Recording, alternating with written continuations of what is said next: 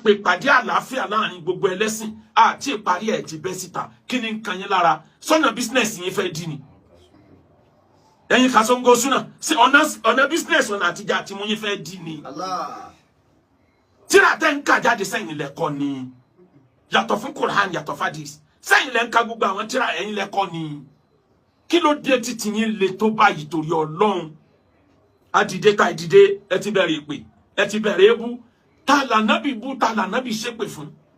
ta la nabi fi ṣẹ̀sìn torí ọ̀rọ̀ ẹ̀sìn ẹ dárúkọ ẹ jẹ́ ká mọ̀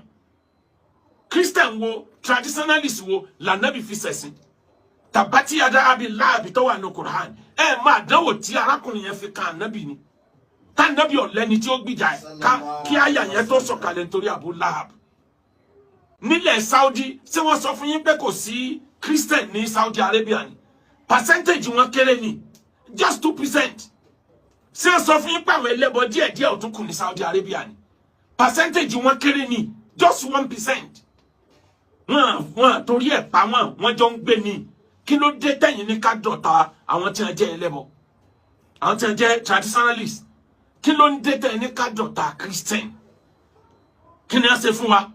Quran ni la yani akumullahu anil ladina lam yuqatilukum fi din èmi Ọlọ́run ní kẹ́ má bá wọn ṣe lálàáfíà àwọn tí wọn bá yín jagun ṣé Christian bá wa jagun ni tẹ́ fi dá wàhálà lẹ̀ ṣé traditionalist ń bá wa jagun ni tẹ́ fi dá wàhálà sílẹ̀ méjì ni alusunna àwọn tí wọ́n jẹ́ original wọ́n ti lọ wọ́n ṣẹ́kù láyé dòní pẹ̀lú àkídà tẹ́ fẹ́ sọ lẹ̀ Yorùbá dilẹ̀ oko kí ló dé tẹ́ fẹ́ ẹ̀sìn ò le tó báyìí ẹ̀sìn òmúnira dání tó báyìí ẹ̀sìn náà ló ní káyètì ara wa ibo ní Islam ti sọ mo ti sọ láì mẹ́yẹ gbà méjì láyà nù Quran àyà ojú ogun bẹ tí wọ́n bá yín ṣọ̀tá ẹ bá yín ṣọ̀tá ẹ gbọ́dọ̀ wọn lè yọ́nú sí yín àfi ká ẹ tẹ̀lé ẹ̀sìn wọn lan tarda anka yahudu wala nasara hatta tattabi'a millatahum àfi tẹ́ ẹ bá tẹ̀lé ẹ̀sìn wọn lókù wọn lè yọ́nú sí yín àwọn àyà ojú ogun nù jahidul